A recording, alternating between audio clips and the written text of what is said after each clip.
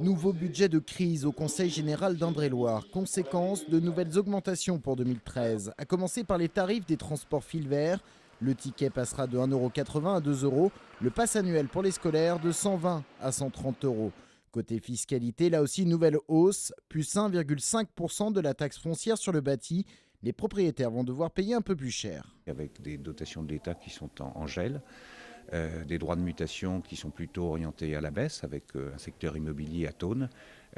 Donc ces 1,5% sont absolument nécessaires pour ne pas prendre de risques budgétaires. Et non, c'est 1,5% plus 1,8% de réévaluation des bases.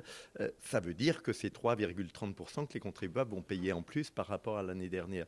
Non, moi je crois qu'aujourd'hui on ne peut pas se résigner à une augmentation des recettes. Il faut contrôler les dépenses. Des dépenses qui augmenteront en 2013 de 1,47%.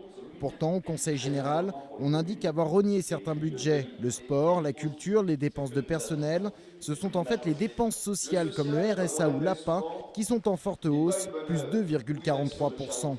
Je dirais une maîtrise budgétaire que pourraient nous envier nos prédécesseurs parce qu'eux ont creusé en 5 ans la dette de 100 millions d'euros, avec des augmentations de dépenses de fonctionnement en moyenne de 4 à 5%.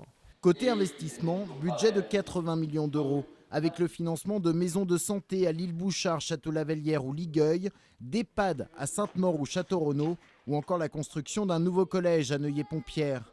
Un budget 2013 qui est susceptible d'évoluer en cours d'année, car des décisions du gouvernement impactent directement les conseils généraux, comme l'augmentation du RSA.